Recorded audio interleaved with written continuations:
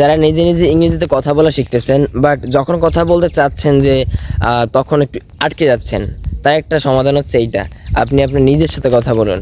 প্রথমে নিজের সাথে কথা বলুন, দেখেন আপনি আটকান কিনা, তখন আপনি অন্যদের সাথে কথা বলুন। ধরেন আমি এখানে আসছি, এখন ধরেন আমি হয়ে যাব দুইজন, আমি আর আমার ফ্রেন্ড, মানে আমি। তো ধরেন এই যেখানে আসছি, এখন বলবো যে oh my god, I have seen a great sunrising here after coming here, and I can ask myself questions. Hey, do you feel very good after coming here? And I would say, yes, I'm feeling. Why not? I have seen such a great sun rising here. So why not feeling great? And he say, do you want to go to home right now? আমি কিন্তু প্রশ্ন করতেছি আবার উত্তর দিতে চেষ্টা করতেছি এরকম ভাবে। Hey, do you want to go home now?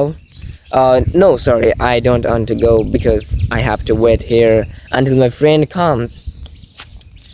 Why? What will you do, bro?